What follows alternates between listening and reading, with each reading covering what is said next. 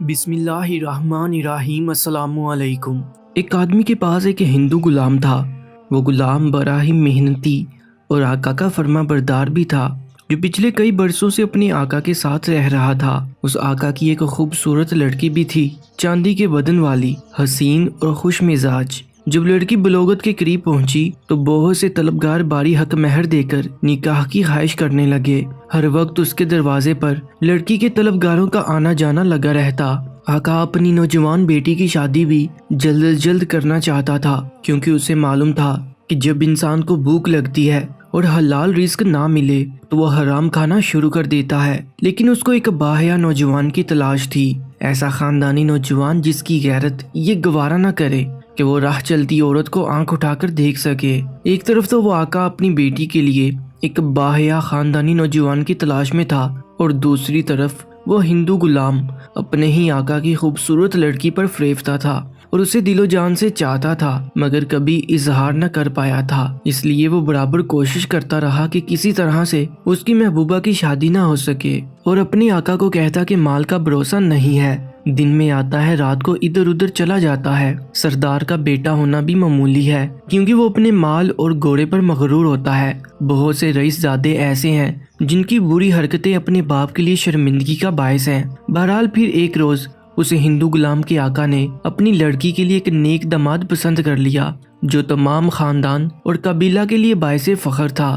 رشتہ دار عورتوں نے کہا اس کے پاس نہ مال ہے نہ سرداری، لیکن آقا نے کہا یہ لڑکا روح زمین پر بغیر ان چیزوں کے بھی سونے کا خزانہ ہے۔ جب اسے ہندو غلام کی تمام تدبیریں ناکام ہو گئیں تو وہ پریشانی کے عالم میں بیمار پڑ گیا اور دن بدن کمزور ہونے لگا۔ بہت سے طبیبوں نے کوشش کی لیکن وہ علاج نہ کر پائے۔ عقل کہتی تھی اس کو بیماری دل کی ہے اور جسم کی دوا دل کے غم میں بیکار ہے۔ اس بیچارے ہندو غلام نے اپنے حال کے بارے میں کسی سے کچھ نہ کہا، اور پھر ایک رات آقا نے اپنی بیوی سے کہا کہ تو تنہائی میں اپنے غلام کے پاس جا اور اسے اس کے حال کے بارے میں دریافت کر، تو اس کی ماں کی بجا ہے، ہو سکتا ہے وہ تجھ سے اپنا غم بیان کر دے۔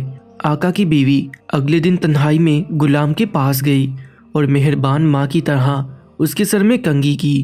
اس کی محبت نے غلام کو نرم کر دیا، یہاں تک کہ وہ اپنے دل کی بات زبان پر لے آیا اور کہنے لگا کہ مجھے آپ سے یہ امید نہ تھی کہ اپنی بیٹی کی شادی کسی اجنبی سرکش سے کر دیں گے۔ وہ میری آقا زادی ہے اور میں زخمی جگر ہوں، کیا افسوس نہ ہوگا کہ وہ دوسری جگہ جائے۔ غلام کی بات سن کر آقا کی بیوی نے چاہا کہ اس کو مارے پیٹے اور بالا خانے سے نیچے گرا دے۔ اسے غصہ تو بہت آیا لیکن صبر کر گئی اور خود کو قابو میں رکھا، اور جب اپنے خاوند کے پاس گئی تو سارا قصہ اس کو بیان کر دیا، اور یہ بھی کہا کہ ہمیں معلوم نہ تھا کہ غلام ایسا کمینہ نکلے گا، ہم نے گمان کیا کہ وہ بھروسے کا ہے۔ بیوی کی بات سن کر آقا نے کہا صبر کر اور اس غلام کو خوشخبری سنا دے کہ ہم لڑکی تجھے ہی دے دیں گے، تاکہ شاید غلام کے دل سے لڑکی کا خیال نکل جائے، اور پھر تم تماشا دیکھنا اسے کس طرح سبق سکھاتا ہوں۔ بس تو اس کا دل خوش کر دے اور اسے کہہ دے کہ سچ یہی ہے کہ حقیقتاً ہماری لڑکی تیرا جوڑ ہے، ہم پہلے نہ سمجھے تھے جبکہ اب ہم سمجھ گئے ہیں، لیلا بھی ہماری اور تو مجنو بھی ہمارا، یہ سب کہہ دے تاکہ اچھا خیال اور فکر اس پر چھا جائے۔ حضرت مولانا رومی رحمت اللہ علیہ فرماتے ہیں کہ شیریں خیال انسان کو موٹا کر دیتے ہیں، جیسے چارے سے جانور موٹا ہوتا ہے اسی طرح آدمی عزت اور بڑائی سے پھولتا ہے۔ آقا کی بیوی بولی اس ذلت و رسوائی کے معاملہ میں میری زبان کیسے ہلے گی، میں اس کی خاطرداری کے لیے ایسی بکواس کیوں بکوں، میری طرف سے وہ شیطان صفت چاہے مر جائے، مجھے کوئی پرواہ نہیں۔ آقا نے کہا کہ تو اسے تسلی دے دے تاکہ اس شفقت اور تیمانداری سے اس کی بیماری جاتی رہے، اور مجھے اتنی مہلت دے کہ یہ باریک کانٹے والا صحت یاب ہو جائے۔ جب مالکن نے اسے ہندو غلام کو تسلی دی تو وہ بھولے نہ سماتا تھا اور دیکھتے ہی دیکھتے صحت مند ہو گیا۔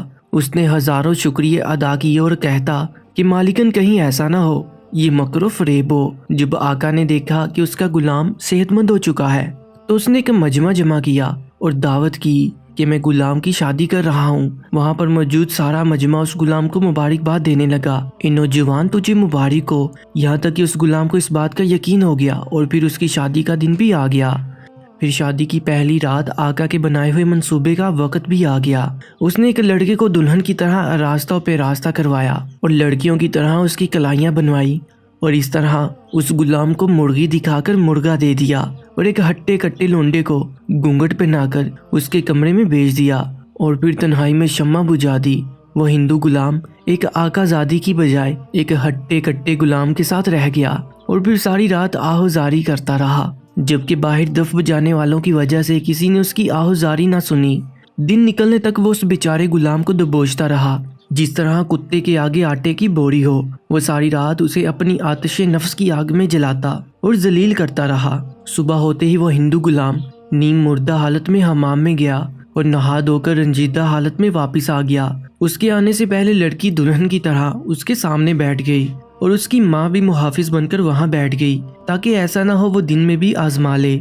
اس غلام نے تھوڑی دیر اس آقا زادی کو دیکھا اور پھر دونوں ہاتھوں سے اسے دھکا دیا اور بولا، خدا کرے تیرا کوئی جوڑ نہ ملے، تجھ جیسی بدکار بوڑھی دلہن سے میں پناہ مانگتا ہوں۔ تو دن میں کچھ اور رات کو کچھ ہے۔ اور پھر وہ غلام خود ہی اپنے آقا کے گھر سے بھاگ گیا۔ بے شک اس غلام کو سبق مل چکا تھا۔ تو آج کی کہانی کیسی لگی کامنٹ سیکشن میں لازمی بتا دیجیے گا۔ اپنا بہت زیادہ خیال رکھیں اور ایسے ہی کہانیوں کے لیے Urdu story time YouTube channel کو بھی سبسکرائب کر لیجیے گا۔ اپنا بہت زیادہ خیال رکھیں۔ اللہ نگہبان۔